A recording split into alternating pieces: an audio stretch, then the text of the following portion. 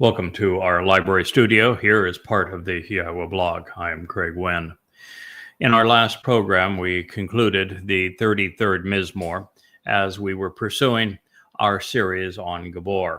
Gibowr means to be confident and to be courageous. And in it, we came across a statement that heretofore no one has ever been in a position to claim. And when I say claim, it means that the person that this is speaking about would obviously know that it is addressed to him. And it reads, "The advice and counsel of YAHOWAH is presented and it stands forever. The purpose and plans of his heart and mind are for all places, times, and generations. So for the benefit of the relationship, HaGoy, the non-Yisraelite, will reveal the way to get the most out of life. His God is YAHOWAH. He has chosen and desires the family and these people as his inheritance. There is nothing that compares to it, particularly recognizing that we're dealing with a prophetic text written over the course of 1,000 years, incorporating up to 40 prophets, 20 of which are significant. And all of them have one thing in common. They are Israelites. They are Yehud. They're Jews.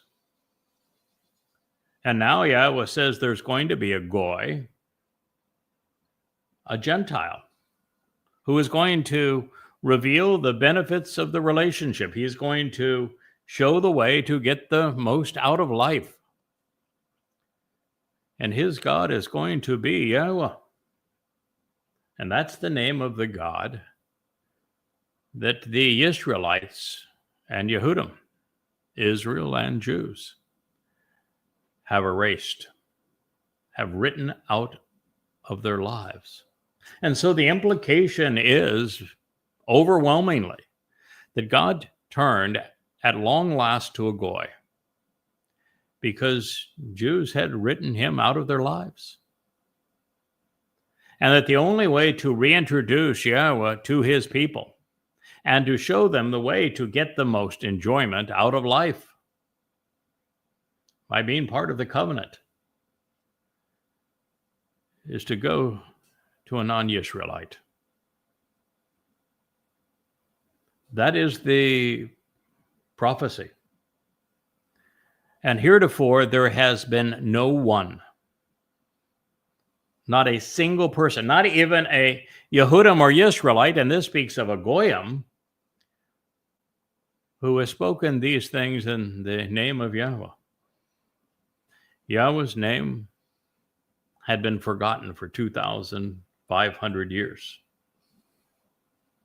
I was the first after that long chasm of 25 centuries to reassess it, to prove its proper pronouncement, and to reintroduce it on the Yada to Know YAHOWAH website, and now as part of the YAHOWAH blog. And yes, I'm a Goy.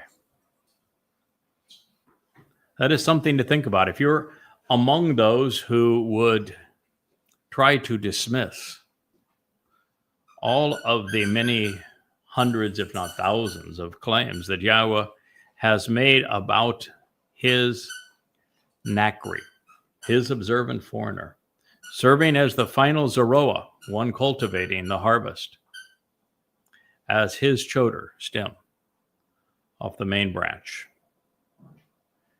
You ought to think it through, because God is insistent that someone will arrive before his return with the Messiah Dowd and will make these things clear.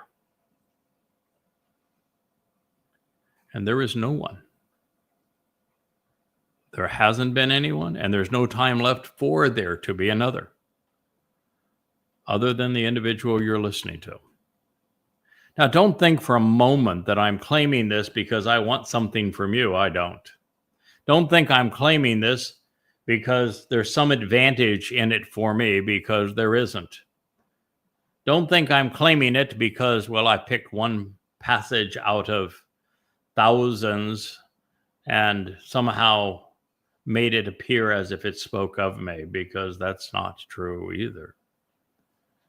If you go to YadaYah.com, you will find 35 books there, all offered freely. They average over 700 pages. We have 25,000 pages of translations, explanations, and insights, many of which are unheralded, and they're all available to you for free. 100,000 hours of work over the course of 24 years. No. This is just one of thousands of such declarations. And understand that by God revealing this, He did not make my life easier. He made it harder. He didn't make my life more enjoyable. He made it tougher.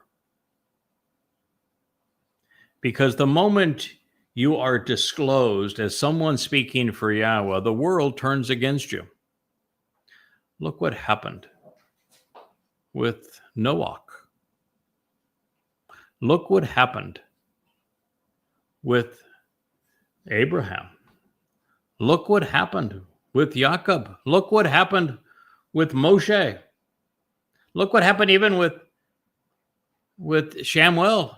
Look what happened with Dowd. Look what happened with Yasha'yah and the prophets. Always the same. Israel doesn't like Yahweh. Doesn't want to hear from him. They've even erased his name. They've denied him.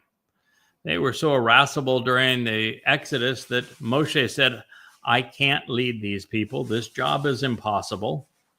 The people are so damn belligerent and so irritating. God, it is unfair that you've even asked me to do this. And if you have any respect for me, you'll kill me, so I don't have to endure this another day. It's no fun. Let me tell you the truth. To be acknowledged by Yahweh is someone speaking for him, because you become a target. And today, people are nincompoops. I mean, they will rely on AI and say, oh, well, if I do an AI search, it says that, the scholars overwhelmingly denounce him, and he's not a scholar. Damn right I'm not. I'm vastly more knowledgeable and have essentially infinitely more understanding than any of them, and indeed all of them combined. That's what this journey has provided. That's why they're not smart enough to know that Christianity is a farce, that Judaism is a farce, that Islam is a farce. They haven't done as I have done and written 5 volumes, 4,250 pages, putting the Quran in chronological order, setting it in context with Muhammad's life, and proving emphatically that Muhammad wasn't a prophet and Allah wasn't a God. And oh, by the way, that it was rabbis who are responsible for the conception of the Quran, and therefore for the survival of the religion of Islam that is perpetrating genocide on Jews. There is no one else among all of those scholars. Excuse me for knocking over my own book. Who has done this and written 5 volumes to disprove the Christian New Testament, to demonstrate emphatically that Jesus never existed. He is nothing but a counterfeit, a product of identity theft, having stolen the titles and the achievements of David, God's beloved son, and the actual Messiah, the former and returning king. And since they aren't intelligent enough, well-informed enough, rational enough to denounce Jesus and the Christian New Testament, Allah and the Quran, as well as Judaism through the Gibowr Series, and then provide a comprehensive introduction to Yahweh, demonstrating the proper pronunciation of his name, explaining the nature of the grammar and the very language of Hebrew as it was used 3,470 years ago to compose the Torah, and then providing amplified translations based upon the Dead Sea Scrolls. Never have any of these things been done before. Never has someone who has produced, amplified, and very innovative in terms of the process, and yet very systematic and diligent translations of Yahweh's testimony in the lingua franca of the world today in English, with this steadfast devotion to the root meaning of every Hebrew word, proving their definitions. Also written a tome to explain what's going to happen as we progress over the next 7 to 8 years. This has been an extraordinary journey. And so Yahweh did indeed choose a goy to convey this message. Now, I will tell you that as a consequence of that, so if you think that I'm being presumptuous here and that there's something in it for me, because I'm not doing it for me, I'm doing it for Yahweh and for his people. I'm doing it because God asked, and I didn't tell him no. I told him yes, that I'd do this. And I have devoted 10 to 14 hours a day, 6 to 7 days a week for 24 years. Not only without compensation, but I've spent well over $1 million pursuing this experience of learning and sharing with you.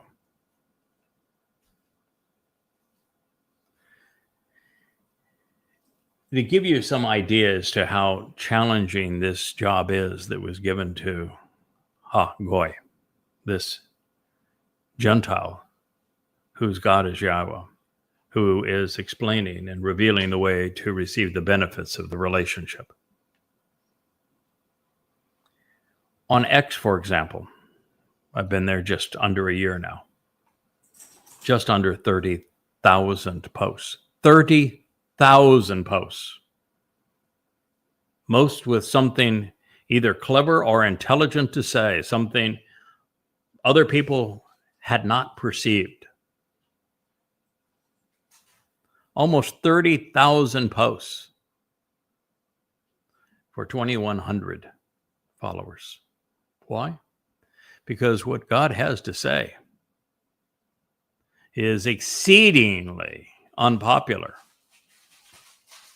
with Christians, 2.5 billion people, with Muslims, 2 billion people, with right-wing nutcases like the MAGA, worldwide about 1 billion people, with all of those who are lost in the realm of conspiracies, well over 1 billion people, with every anti-Semite. I'll be double counting, but of those, there's probably 5 billion in the world. And this message runs afoul of all of them, and it is diametrically opposed to Judaism, as well as to Marxism, communism, and socialism. Indeed, to all forms of politics. Imagine. You're offering the greatest gift ever given. You have an ironclad guarantee from God himself, and you're giving away eternal life, the perfection of your soul, adoption into God's family, inheriting all he has to offer, which just happens to be the entire universe.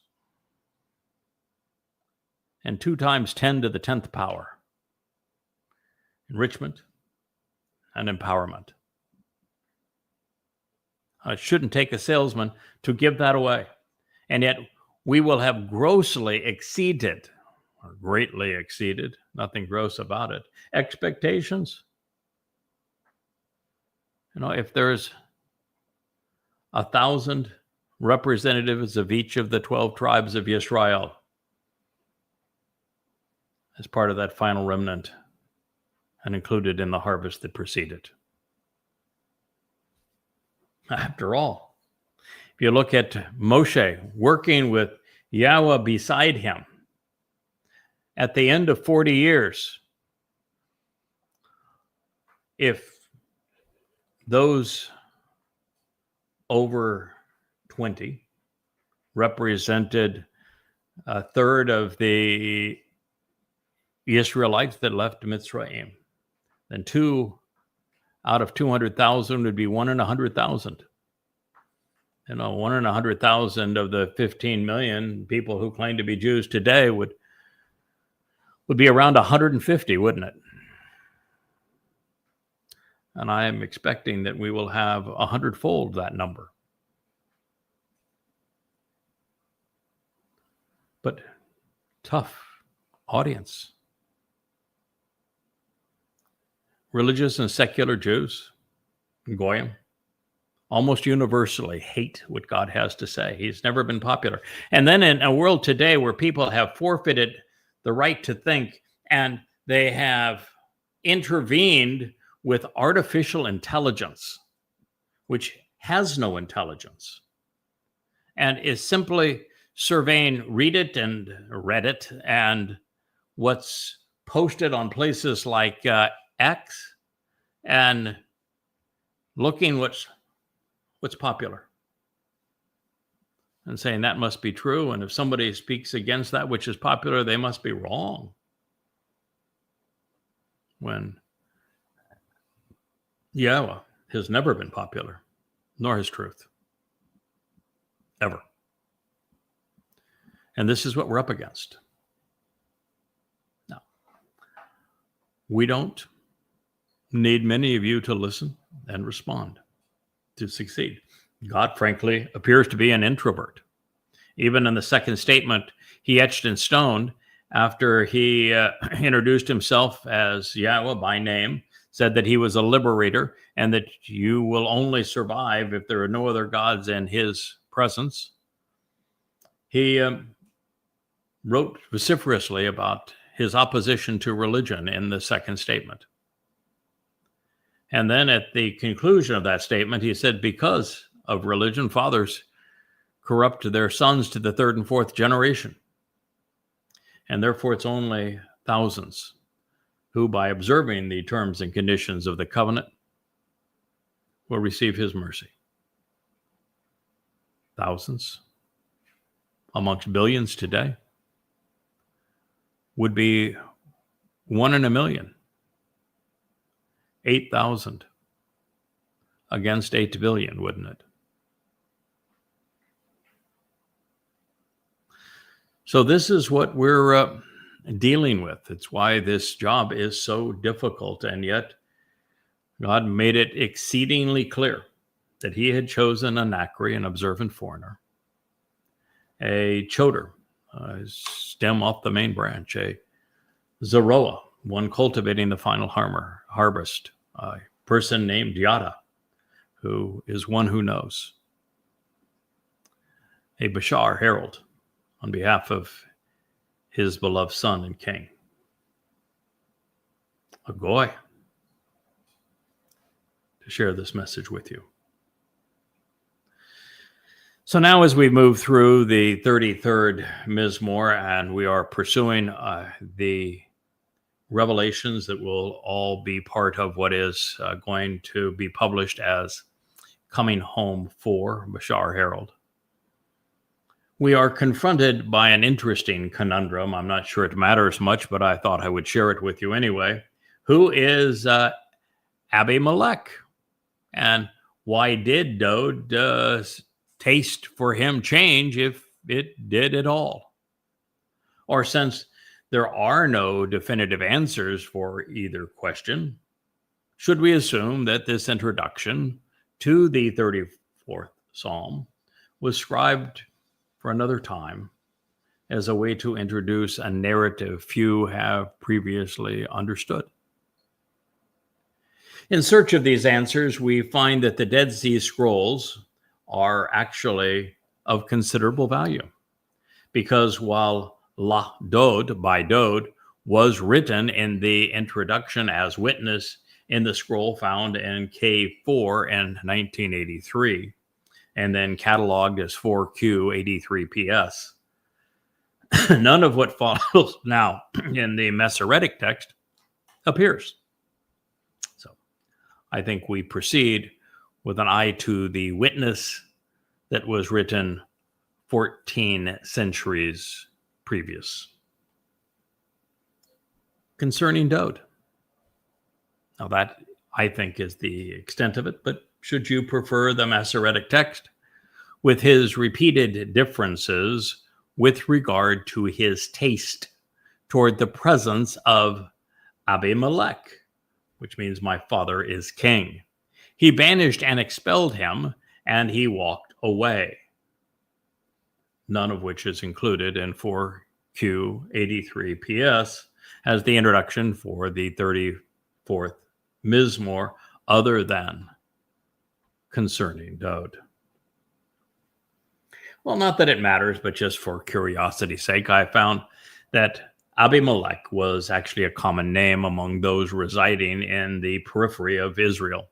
And it is because kingdoms passed from father to son. So to say, my dad's king, of course, that would be the name of a king, wouldn't it? That's the only way you become king, if your daddy is a king. So among scholars, this name is typically identified with one of two men, either Ahimelech, which would be more in the meaning my brother is king, who was actually a priest of Nob, presiding over the tabernacle, or it's Achish, which is again based upon the word for brother, and he was the king of the Philistine town of Gath. These stories are shared in 1 Samuel 21 and 22. While Dowd was trying to figure out how to survive King Shaul's relentless pursuit of him. However, neither episode fits the narrative that follows. So there is no merit, I suppose, in belaboring the point, other than I enjoy full disclosure. I want people who like to think to be part of this family. I want people who want the information and want a good and complete an explanation of it as is possible, so that they can validate what they have come to know and understand, to be part of the covenant family. And so if detail like this is wearisome to you, then you probably don't belong. If you like to think and if you're open to learning, well, then that's an entirely different story, isn't it?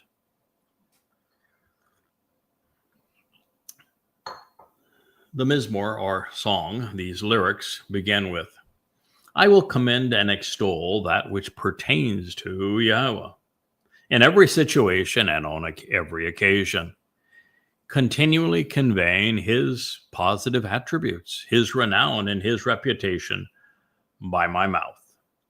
See, these were lyrics to songs. That's what the Mizmowr represent.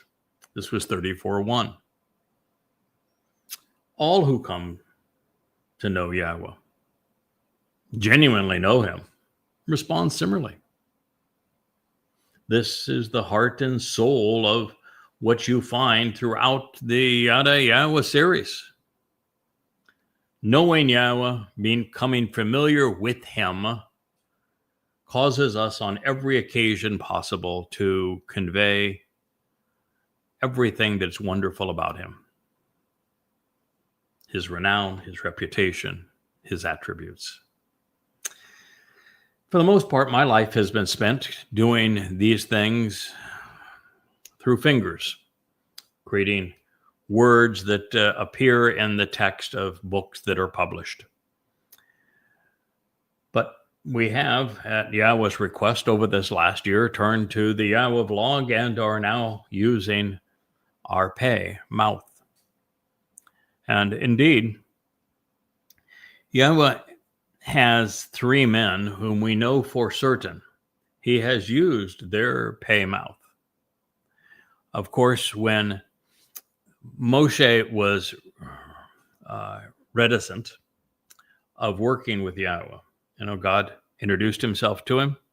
The entire top of Mount Choreb was ablaze. It means that the rocky crag was ablaze, not a stupid bush. People are just so idiotic when they render words. They just don't look at the full palette of similar words that would lead them to a far more profoundly important and accurate understanding. But as he was there talking with Yahweh, and Yahweh said, I want you to go back into Mitzrayim, and we're going to liberate my people. And Moshe says, no, I don't want to do that. No, you got the wrong guy. I don't want to do that. I have no interest in going back there. Didn't like it. Didn't like them. Don't like any part of Mitzrayim. And I don't much like the people you want to liberate. They were really mean to me when I tried to stand up to them. So no, find somebody else. Besides that, I got a thick tongue, and I don't articulate words nicely as you want me to. And God's response to that was fairly ingenious. It's a bit sarcastic. God is, I think, is just universally this way when working through those he has chosen. If you don't have a sense of humor, a little bit of a thick skin, then you're just not suitable for the job. So we told Moshe, so, hey, pal, who do you think invented the mouth? You think maybe if I invented it, that I know how to use it? That should have stumped the stars, shouldn't it? So we know that indeed, when we read Devarim, Deuteronomy, that the words that we are reciting were actually spoken by Yahweh using the mouth of Moshe. I think prior to that time, when Moshe speaks, he is speaking for himself. When he writes, he is writing for Yahweh. Now, the second we know is Dowd, because Yahweh specifically introduces Dowd in the 18th chapter of Devarim. And he tells us that this prophet will arrive.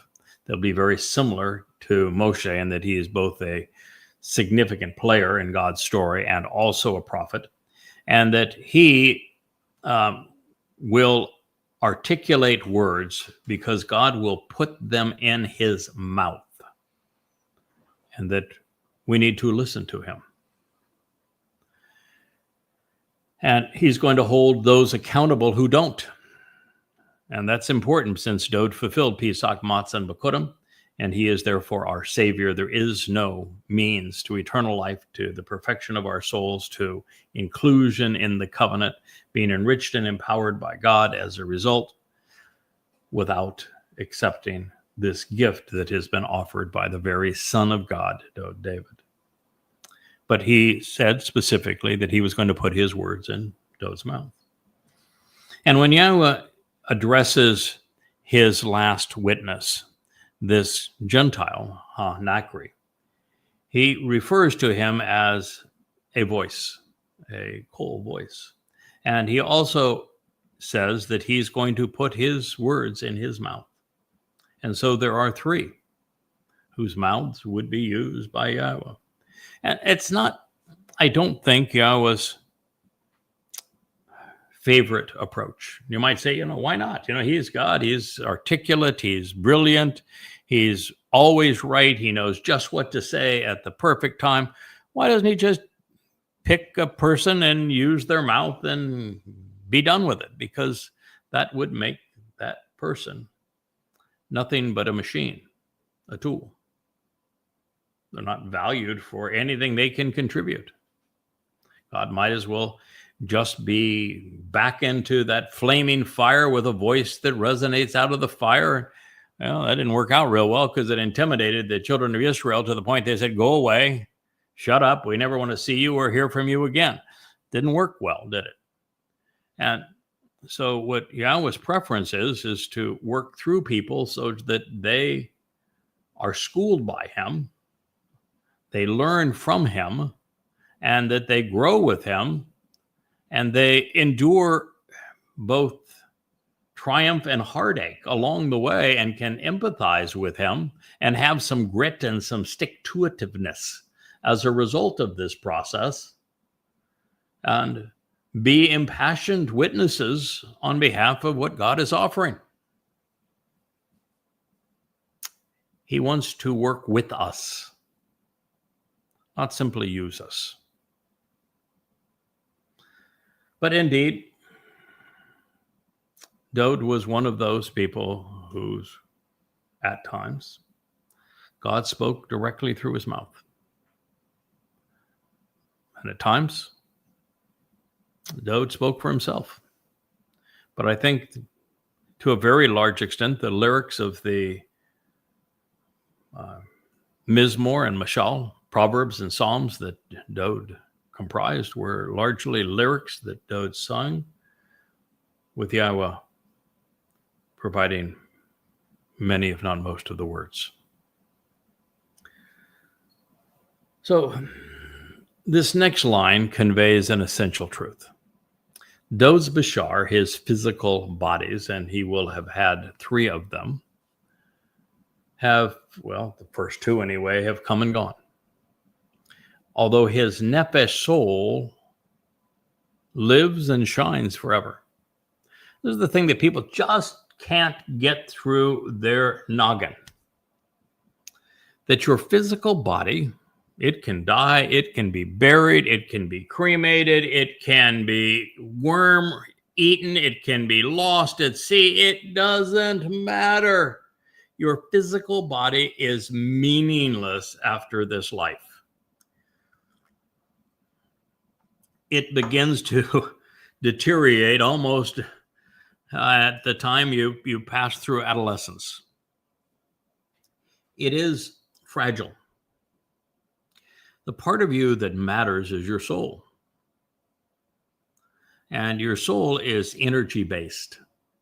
And when it is incorporated in radiant energy and light that Yahweh is providing to empower and to enrich us as part of the covenant family, then your soul can endure forever and can travel through the universe and through time.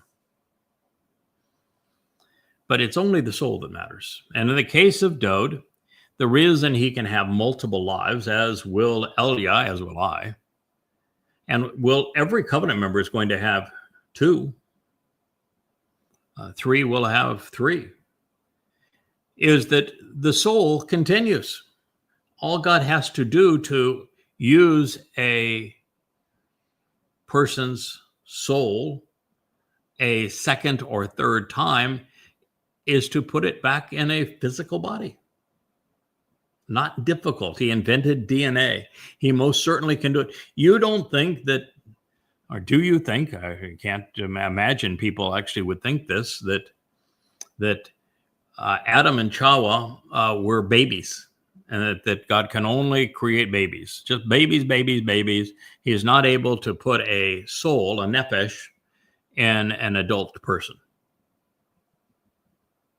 Would you think that's true? Do you think that when Eliah returns, that he's going to return as a baby? Because God can't do adults. When Yahweh said that Dowd is going to return with him and be king of forevermore and for everything, do you think that Dowd's going to return as an infant? Do you think that God's fixated on the Madonna and child myth of Babylon? No. God can easily take a soul, any soul, and put it in any number of bodies that he wishes to. It's not reincarnation. This is a soul that is something that Yahweh has conceived and developed an affinity with, he can put it in another body and have that body serve a function. And ultimately, when we return as covenant and we have passed through either the harvest of Shabuah or Taruw'ah, or become part of the covenant following the 1,000-year celebration of Sukah, then those covenant members are going to be spiritual beings, which means that their nephesh soul will be enveloped in or, light, and energy. And as such, recognize that E equals MC squared. Do you have any idea what that means? It actually means that energy and matter are the same thing. They're just different amounts of the same thing. And so an energy-based being can take a tiny aspect of its nature and convert that into matter using E equals MC squared times the square of the speed of light, and go back and forth between the two at any time. It's an equation. You can go back and why would you do that? Let's just say that you wanted to go travel to another solar system in this galaxy or in another galaxy. It would take forever to get there, even at the speed of light. But if you were energy based, you can get there at no time, because on a photon of light, time simply exists. It does not move. Therefore, it would seem like an instant, the blink of an eye, to travel 40 to 80 billion light years. And once you get there, if you find a hospitable environment, you can go back to a material being, experience the stillness of time, the warmth of the sun on your cheeks, the coolness of water on your feet. Enjoy walking through the grass, to smell the wind blowing through the trees, hear the birds sing. You can do all of those things. Enjoy a wonderful meal celebrating Pesach throughout eternity with a physical being. And then when the time strikes you, because you'll be infinite in time, go back to energy. So the fact is that Bashar's physical bodies can come and go. It's the nephesh that has value. Now, the vast preponderance of human nephesh simply cease to exist. Same thing is true with animal nephesh. There's no reward, no punishment. They live their lives, and when their lives are over, they just dissipate into nothingness. Their life was a gift, and they had free will and could have done something magnificent with it, but most don't. Those who have been religious and political, to the extent that they're not just misled, but are egregious and misleading, or they're conspiratorial, well, they've written a ticket to Sheol, a place of separation. It's not there to torture them. It's there to keep these malcontents and embittered, misleading souls from corrupting other people. They're making life miserable for the rest of us, though. They are assumed to have allied themselves with the adversary, which is an eternal spirit, and they go off to Sheol. And those who have accepted the terms and conditions of the covenant, attended Yahweh's Moed Mikre as they were intended, and have accepted what Father and Son have accomplished through Pesach, Matz, and Bikuwrym, well, they enter Shamayim, the seventh dimension, are part of God's family, and their souls endure forever.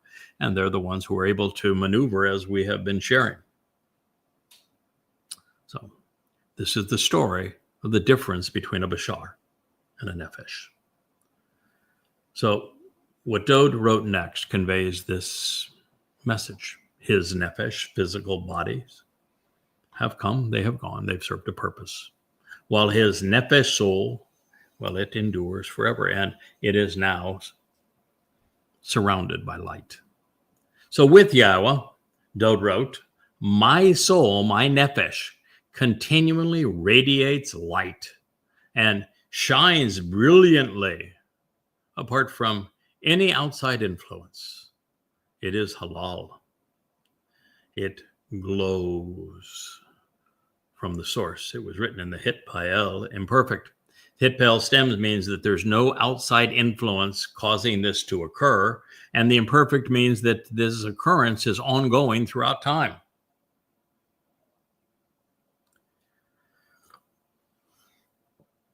The responsive who answer. This is another one of the great insights that we're providing that everyone seems to stumble over. The word is ana. It is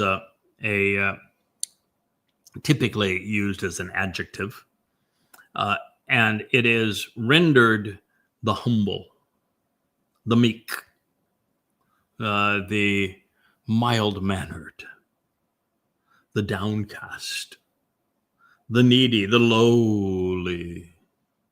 But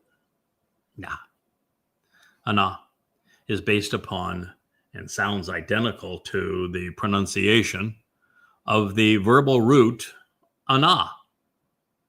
And ana means to be responsive, to answer, to reply, to sing, to shout, to make a declaration. And therefore, we're going to render God's words accurately so that you know what God had to say. Because he just said, with Yahweh, my soul continues to radiate light and shines brilliantly apart from any outside influence. The responsive who answer choose to continually listen. And they're related. What God says he is offering through Dowd, he will also offer to us. Now, he's not going to make you king. You can't be his firstborn, but you can be his son or daughter. You can be chosen by him. You can't be the Messiah, but you can be part of his flock, of the ultimate shepherd. Your soul can radiate light just as Dowd's will. You just need to be similarly responsive. You need to choose to continually listen and not pray. Stop praying. Start listening if you want your soul to glow, as does Dowd's. Those who attack me, YadaYahowah, those who are part of and have grown up in and continue to participate in conspiracies, which would be the mother goddess cult that has been so nasty here recently. The one thing we have learned through research is that those who have grown up in conspiracies and who return to them all have one thing in common. They can be young or old, any ethnicity, any religion, any political persuasion. They can be rich or poor. They can live anywhere in the world. There's only one common denominator. They all live miserable, unfulfilling lives, and they're looking for someone else to blame. I think that's important for you to know when God says that if you are responsive to him, if you're listening to him, then you're elated. You are delighted. You're happy with your life. You're not looking for someone else to blame for your miserable condition. You are not part of a conspiracy cult, is what God is saying. Something to think about. Yahweh was able to redeploy Dowd's soul in a body that would serve to fulfill Pesach as the lamb. And then once the Bashar, that's body, fulfilled its purpose allow his son's nephesh, soul, to carry our guilt into Sheol, hell, on matzah, to unleaven us of the religious guilt that we had endured previously. And this not only confirms that Peter and Paul's New Testament slander regarding Dowd being dead and buried was erroneous and egregious. This reinforces God's declaration in the 89th Psalm when he reveals that his son will return with his position of honor glowing as brilliant as the sun. Now, putting all of these thoughts together, our King is affirming that those who respond to what we are hearing will be elated. The inference is also that those who prefer religious corruptions of God's plan, they're not going to be very happy with their decision. There is only one way to God, and that's through Dowd, the actual Messiah and firstborn son, our King. And that is why our discovery of Dowd as the Messiah and the Son of God, who fulfilled Pesach, Matzah, and Bikuwrym in year 4000 33 CE, as he and others foretold, is so essential. It is why it is crucial that we openly denounce Judaism and Christianity for protesting otherwise. You should choose to become great, even glorious, growing in status by approaching Yahweh with me. We should choose to lift up his name together. So we have Dowd saying that his nephesh soul is brilliant, radiating light.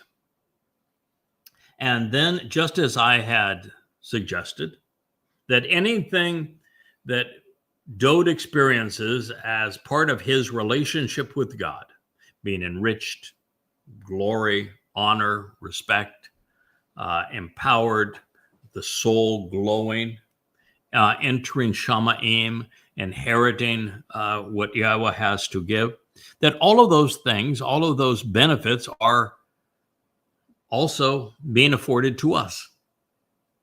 God's consistent. Dowd was his firstborn, but not his only child. All of us in the covenant are sons and daughters of Yahweh, therefore brothers of Dowd. So now he is affirming that this is true.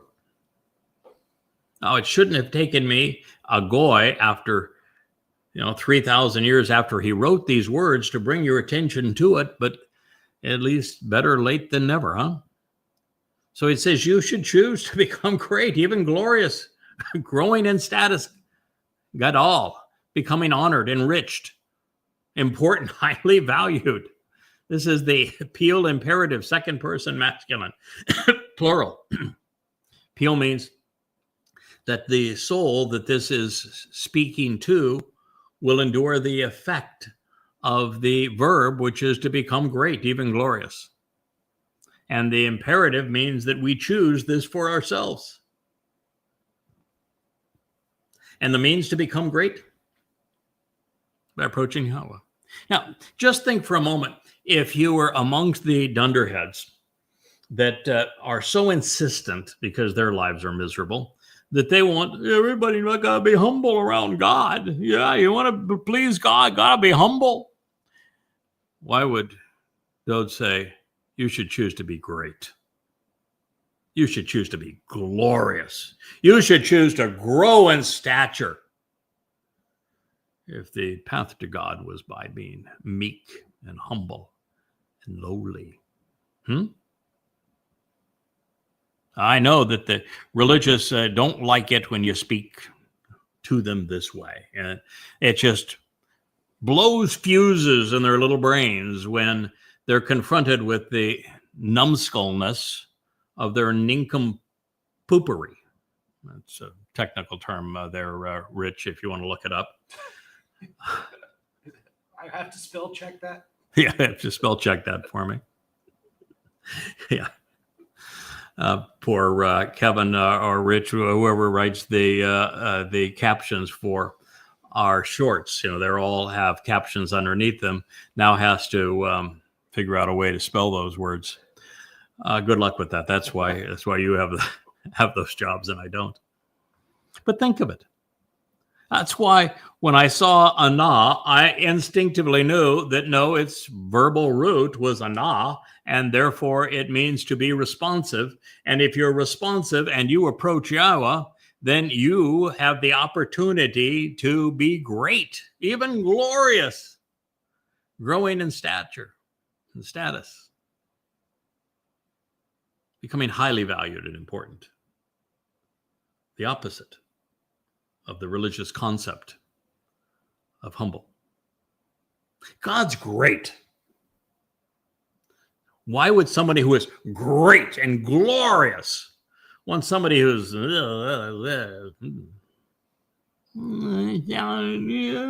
don't hurt me. Oh God, I'm so worthless. Don't treat me like I really am. Come on, folks. Get real. Stop turning God into this cosmic killjoy that wants to lord over everybody and intimidate them. What's wrong with you? Listen to what he has to say, respond to him, and approach him based upon what he is offering and expecting in return, and you can choose to be great, even glorious.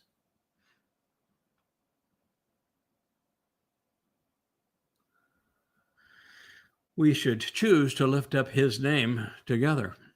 Now, what's the first step in becoming great, even glorious, growing and glowing with YAHOWAH? Choosing to lift up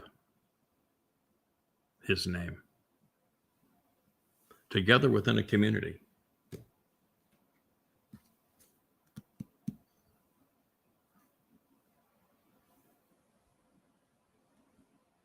Please think about it.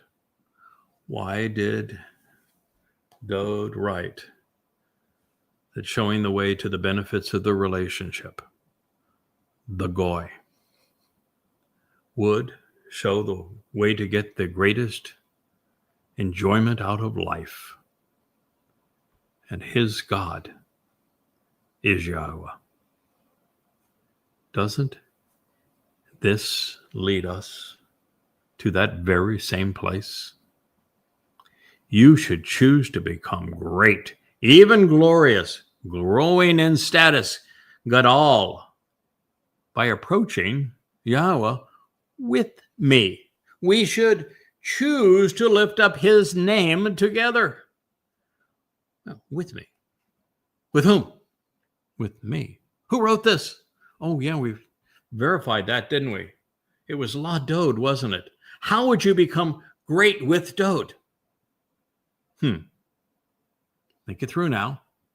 Would you become great with Dowd because he killed Goliath? No, that wouldn't make you great, would it?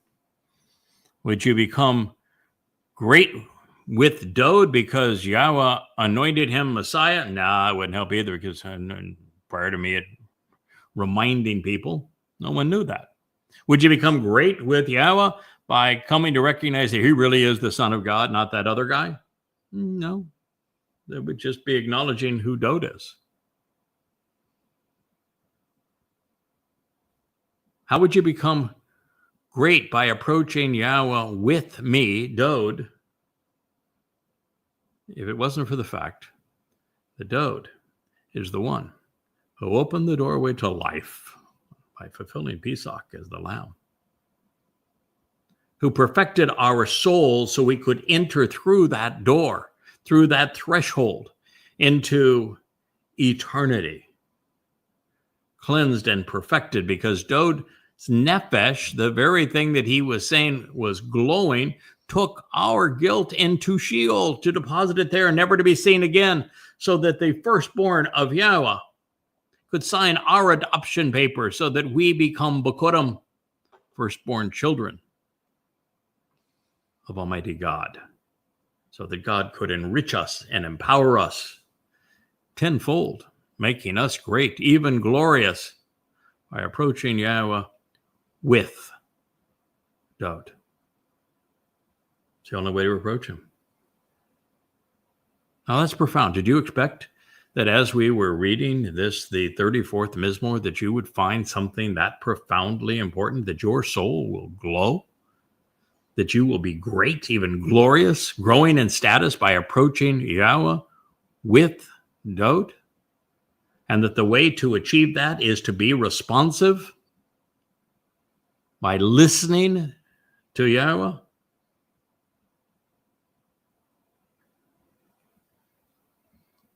And did you know that the only thing that would differentiate those who are genuine and those who are not is whether they choose to lift up Yahweh's name altogether in one accord, the same way as YAHOWAH.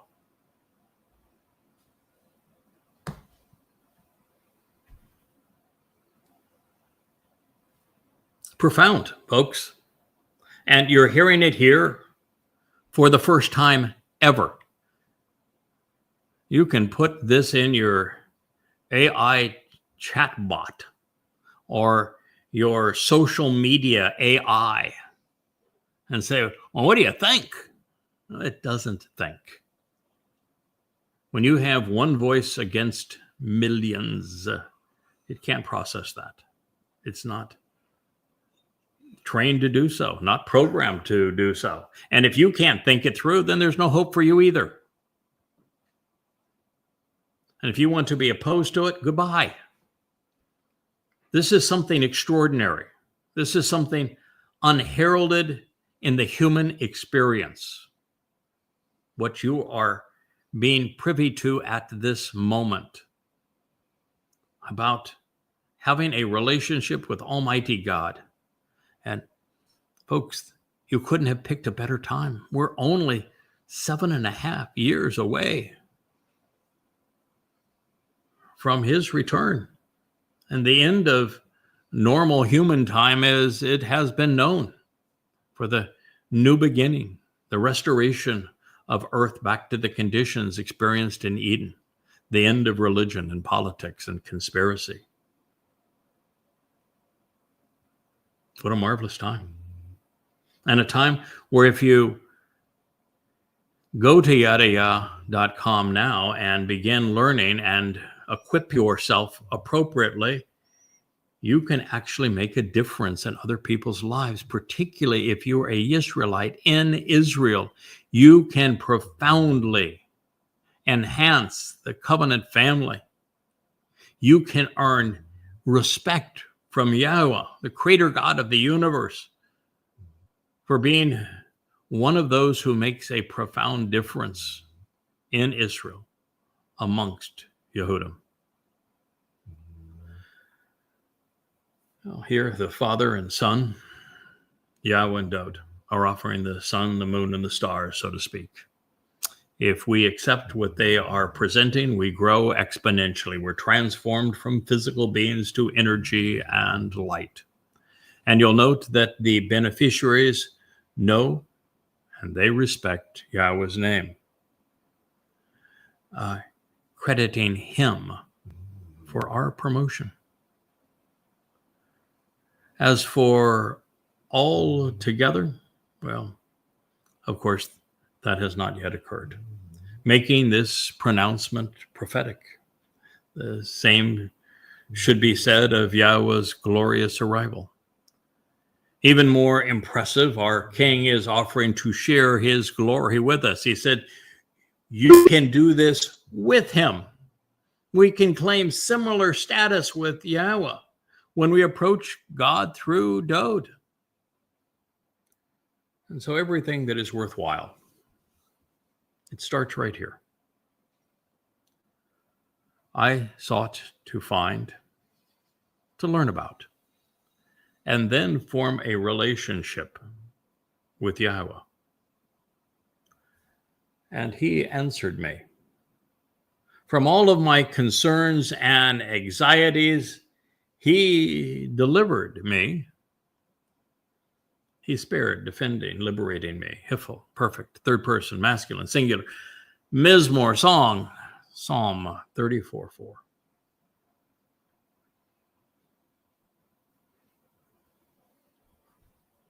What does that opening line tell you?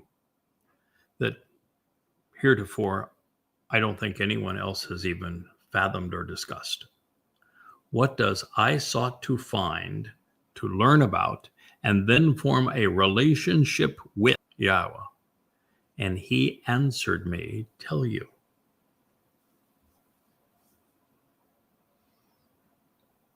I guess I can't see all those that are chatting away there, Rich. Maybe I dare not ask that question. Should I answer it? It's the same question I asked in some ways. And now I wound up here, obviously for a reason. It says two things. For the likes of Rich, for most of you who are in the covenant, what it says to you is that you're here because you sought to find, to learn about, and then form a relationship with YAHOWAH, and he answered you. Correct? Absolutely correct. I screamed it 20 plus years ago. Why is there no translations that are worth a damn? And now I found them. Yeah. That is not true for Dowd, nor for me. I wasn't seeking to know YAHOWAH. And it was YAHOWAH who approached me. I didn't know his name at the time. Same thing would be true with Moshe. Same thing would be true with Abraham, would it not?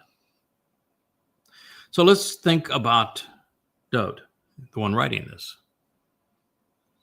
How could this be true if YAHOWAH approached Dowd for the first time when he told Shamuel, no, I don't want any of these other sons, that this family means nothing to me.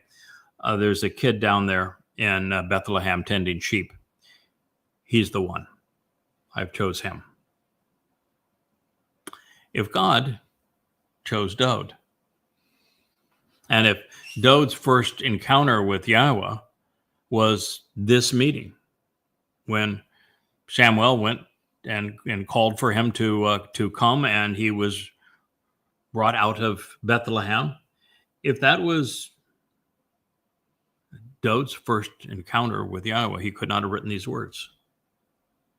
YAHOWAH sought Dowd out, not Dowd's seeking YAHOWAH out, if we're just to take the story on face value. Now, do you know where I'm going? I think so. What this means is that there are individuals in God's story that he's known long before they were born. Let me give you a second way to perceive what this means. I'm shared with you that I'm rewriting ComingHome 4. It's a book that's unpublished, and here I'm rewriting it. I'm probably rewriting it now for the 5th or 6th time, because each time I'm going back one layer further. And now I've gone back to the presentation of Dowd in the 18th chapter of Deuteronomy. And I wanted to begin there. I wanted the world to know that this story is about Dowd and the one who reflects his brilliance. And so I began there. And when you read that, what God says, and it's in his voice, is that he chose this individual, that he said that he would raise up, and that collectively they would do astonishing things on behalf of Israel. And that if you listen to him, that your relationship with Yahweh, this fractured family, would be resolved. And he spoke of Dowd. Every reference only applies to Dowd throughout Devarim 18. And he's speaking through the mouth of Moshe about Dowd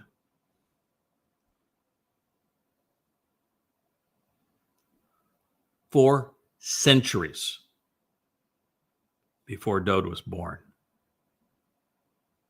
4 centuries before Dowd was born.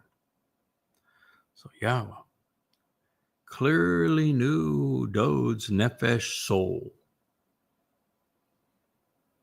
what it would be like, its Dowd's attributes, Dowd's proclivities, Dowd's character, Dowd's grit and passion and intellect.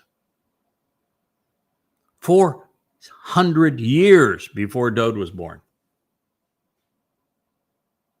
And this means that Dowd, who we are told was only 8 years old when Yahweh anointed him, and that doesn't leave a long time because we're just not mature enough at 5, 6, even 7 years old to be able to ponder these kinds of deep questions. Who is God? What is my life about? Why am I here? How do I get to know who God is and form a relationship with him? How would Dowd be able to do that tending sheep out there in Bethlehem all on his own at 6, 7, 8 years old? And how would he come up with the name of a God, Biz Yahweh, when as a shepherd down there in Bethlehem, he's not one of the few that would have had a copy of the Torah, would he? And the likelihood that as a shepherd that he is going to have been schooled at that young age so that he could have read it, even if he had a copy of it, which would be a 0% chance he would have had a copy of it. It means that Dowd was known by Yahweh well before they met. And I dare say before he spoke of him through the mouth of Moshe 400 years before he was born. And that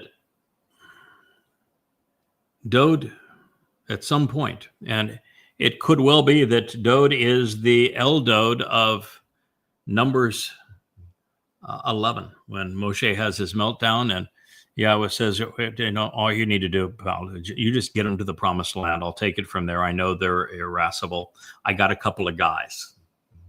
And the text speaks of 2 guys. Eldowd, which would be the Almighty's beloved. Dowd is Dowd's name means beloved, and Eldowd would be the beloved of Yah, or beloved of God. And my Dowd, this person who's serving as the hand of Dowd. And he wrote them into the script. But let's go back further.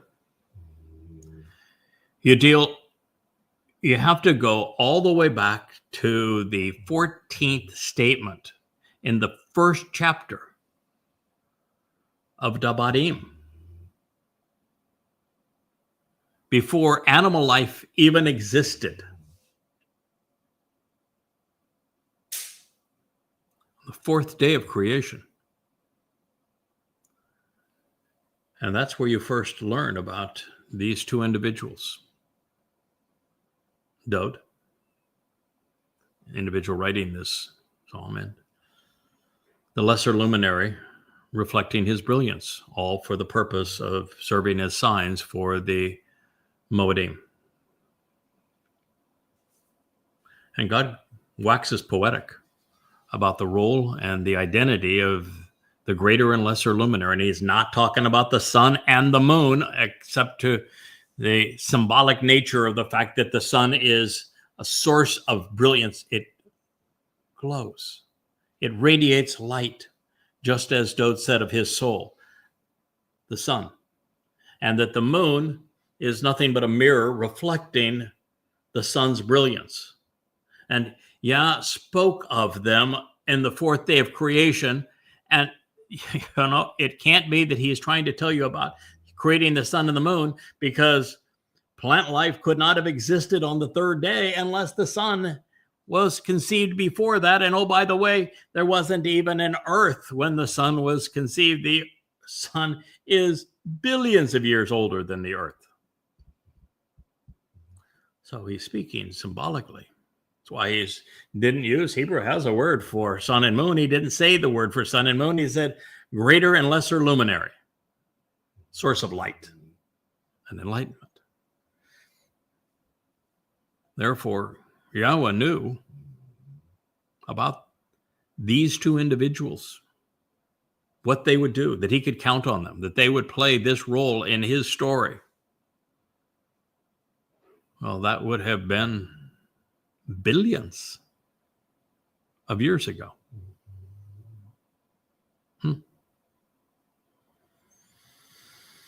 Well, perhaps not billions of years ago. And if you wanted to go through the chronology of it, the fourth day would be just prior to the time that animal life emerged from the sea, and so you're dealing with the time before that. So a little over 1 billion years ago. I don't want to exaggerate here. So a little over 1 billion years ago, Yahweh knew that he would have a greater and lesser luminary, one reflecting the brilliance of another, and that this young man's, Dowd's soul would glow, would be brilliant, and that he would lead the way to God, that through him we would all have the opportunity to be great, even glorious. And so Dowd has sought to learn about and form a relationship with Yahweh for a very long time, and Yahweh has indeed responded to Dowd. Dowd is the only one I'm aware of that Anah, this is the actual verbal root for the word that was incorrectly rendered humble in English Bibles, but I represented accurately with respond earlier in this Mizmowr. It's the only place that I'm aware where Yahweh responds to the individual as opposed to us being invited to respond to Yahweh. If you're unaware of the fact that one of the repetitive themes throughout God's presentation of these very moed that the greater and lesser luminary fulfill and serve as signs representing them, symbols of them, they're filled with a request that since the moed mikre means to invite, their invitations to meet with God, he is asking us to anah, to respond and come into the presence of his fiery light on these days. So that is the normal order of things. God invites us to meet with him, and we respond during his invitations. But in this case, Dowd is such an extraordinary part of Yahweh being able to deliver the benefits of the covenant and to enrich and empower and perfect and prolong the lives of his children and his family, that Yahweh actually answers Dowd, as should a father. He recognizes his son's voice, and he says he responds to him, and all of his anxieties and concerns he's delivered me. Can you imagine being Dowd and you recognize that it's right for you to serve as the Passover lamb. It's right for you to take the guilt of every covenant member into hell and to deposit it there. You imagine the anxiety of saying, I'm going to somehow endure the Romans whipping the flesh off my back to the point I don't even look human anymore. And then nailing me to this post such that I endure the most excruciating form of torture ever invented. And then I have to write about it, and I have to witness it, and I have to, 1,000 years later, I have to endure it. And then after enduring it and then going into hell for a heavenly cause, my people are going to spit at me. They're going to deny I did it. They're going to actually come up with false messiahs, and they're going to credit the false messiahs of doing everything that I actually did, and they're going to negate it. Imagine the anxiety, the concerns of that. And that's why there's a lesser luminary, isn't it? That's why there's a Goy whose God is YAHOWAH. Because that wrong had to be righted. Dowd had to be reintroduced as our Savior, as the Passover lamb, as the one who carried our guilt into Sheol to perfect us, as the firstborn of firstborn children, as the one that we can follow to YAHOWAH and be enriched and empowered, becoming great. Someone would have to reflect his brilliance. And that's what delivered Dowd from the anxiety and the concern. You see this too in Yasha'yah. When he finally sees that man from Edom, Obed-Edom, who was tasked with the responsibility of bringing the Ark of the Covenant, positioning it so that Dowd can anoint it. And he finally sees that all of the prophecies and promises and insights that he has delivered, which have not resonated with a single Yehud, not a single person in all of this time, and have been corrupted by the religious, particularly by Christians, that he finally sees this man from Edom, the final Zarowa, the Choter that he devoted a chapter to, the Nakry, this observant foreigner, a very cold voice calling out in the wilderness, that he arrives. And Yasha'yah, Isaiah, is so ecstatic, he says, that's my Zarowa. That's my guy. He is now in that wine vat with me. He's going to save many. In fact, I even think it's we're going to save many, because he's reciting Yasha'yah's script as Yahweh delineated it. This is all one integrated story. And it is the story that I'm telling in Coming Home 4. The opening paragraph of that volume says that there are two truths that are essential for you to know. That Yahweh's beloved Son, the anointed Messiah, our former and returning King, who fulfilled Pesach, Matzah, and Bikuwrym, providing us with eternal light, life, perfection, and adoption into God's family, is none other than Dowd, who the world knows as David. And that since the world has ripped him off, robbed him, plundered him, denied him all of these accolades and achievements, stealing his very titles from him through identity theft, that God spoke of another who would bring the dignity back to Dowd, and by doing so, point to all that Dowd has accomplished through his father to provide reconciliation in the fractured family and bring God's people back together, to recognize that his God is YAHOWAH, and that together they achieved everything that needed to be done for us to live forever in their company. It took two. And these two souls stand out from all others.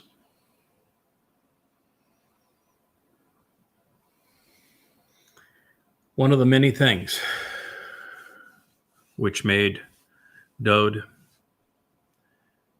exceptionally unique, of course, during his first life that he would grow with Yahweh, was his thirst for Torah teaching.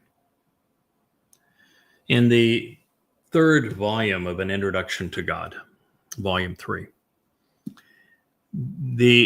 it's called Torah, and the preponderance of it is written to disclose and to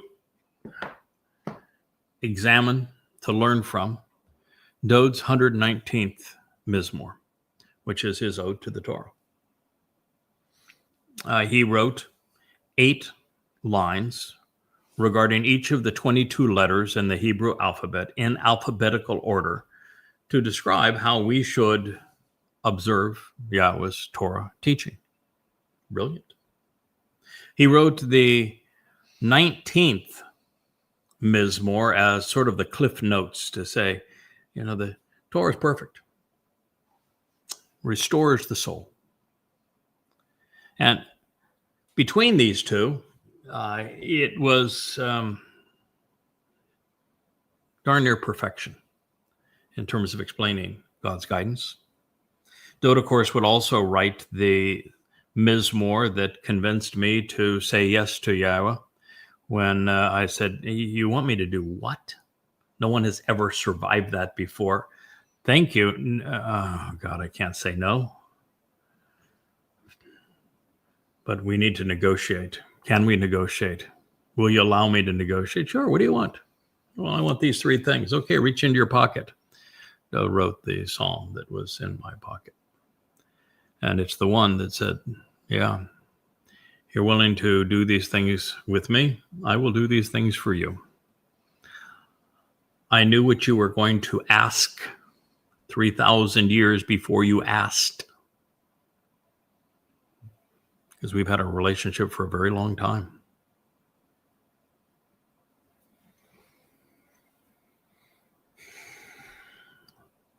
The more Dowd, of course, read in the Torah, the more reflective of God's nature he became.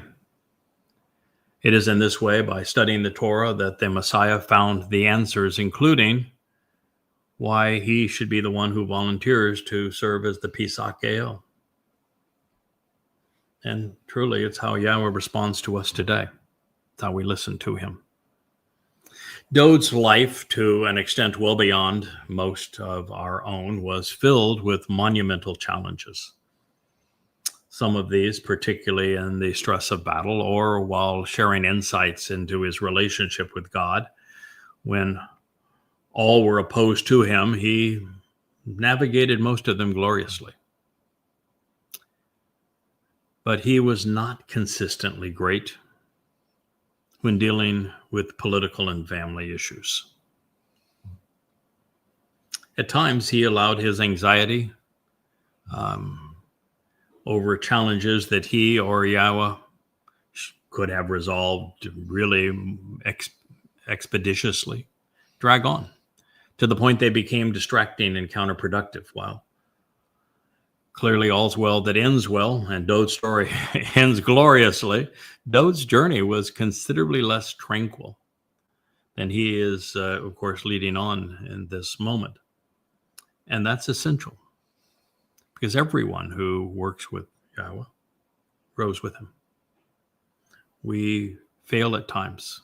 We're wrong at times. And through it all, we grow. We develop a backbone. Our character is forged in the fires of challenges. And we don't always get it right. And we have to learn lessons. We actually have to experience the most embittering of all human emotions, which is the abuse of a fractured family. Because otherwise we're not in a position to speak for God. We don't understand what he has gone through these 6,000 years. So all of this is vitally important for us. Something for us to know about even Dowd, the closest person in human existence to his father, is that even Dowd grew, developed character, made mistakes, got up, learned from them, and moved on. It's what makes him real. It's what means that what this means is that when we're paired together through eternity, we are in a position where we can be comfortable together. You know, he is not up here and we're down here. We're working together, comfortable together, helping one another, more together than we would be individually. Now, personally, apart from attacks on my credibility when speaking for YAHOWAH, which are many, or the merit of YadaYahowah, it's rare that I fret over much of anything else, unless you're trying to disparage me and recognizing that credibility is the currency of this program, of writing on behalf of YAHOWAH. I really don't fret it. I don't care. I learned many, many years ago that if you Google my name, you'll find that there's millions of people who obviously have no clue who I am, but seem to have opinions. It's what happens if you live your life with your head above the crowd. And in all of that time, I've learned that I really don't care. And the only time I care is when somebody besmirches my reputation in association with my work on behalf of YAHOWAH and YadaYahowah. Because, again, credibility when associated with God is the currency of our success. But the other stuff I don't care about.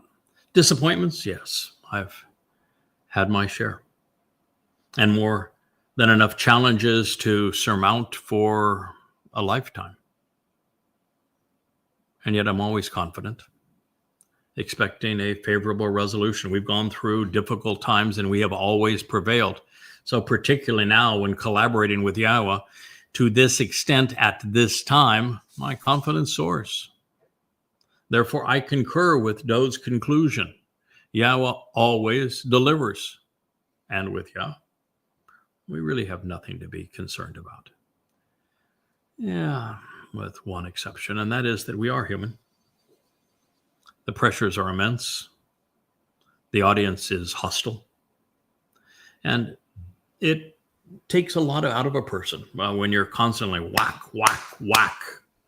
It took Moshe, who's a far greater man than I, and it wore him down to the point he asked God to kill him.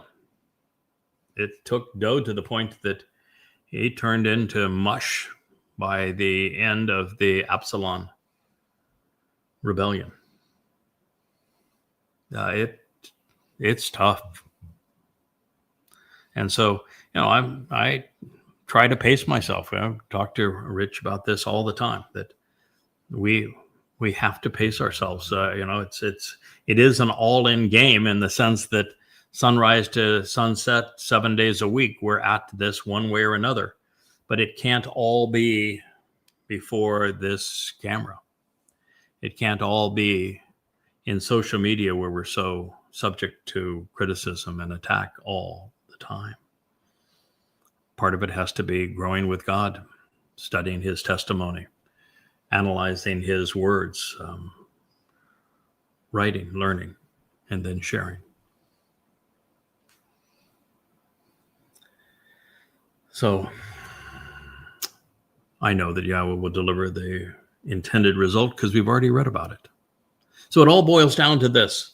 We must learn to know and then know to grow. We travel to YAHOWAH in our minds, relying on his words to guide us. And once there, happiness happens. Productivity is assured. I don't want to sugarcoat this, though. Happiness does happen. Productivity is assured. That does not mean that every day is sunshine and tulips. It just isn't. Life is tough. And if you're going to be with God and going to spend eternity with him, he wants you tested and true. He wants you to have some grit. And so there will be challenges to overcome. And this happily ever after happens, but it doesn't happen until we enter the restoration of the conditions experienced in Eden come Sukah on October 7th, a Shabbat, in year 6000 YAH 2033. And at that point, we will know nothing but joy, because all of the anguishing individuals will be gone. And I think at an hour and 31 minutes, this is probably the right place for us to conclude this program. We have just made our way through the fourth statement of Mizmowr song 34 through 34, 1, 2, 3, and 4. We're about to start 5, but I think I'm going to postpone 5. There's a lot to learn in this song, and I would much prefer that we go through it methodically and that we glean everything that we can from it and that we grow as a result of it, because here we have just been told that it is Dowd's soul that is glowing with light, radiating light, and that he invited us to listen to YAHOWAH so that we could follow him to this same result that causes us to be glorified and to become great. And that is worth our attention. And I'm glad that we invested this time, and we're going through this deliberately, methodically, intellectually, capitalizing on all that our great King and Savior had to say. And so we'll return to Mizmowr song, Psalm 34:5, in our next program of Gibowr. Good day.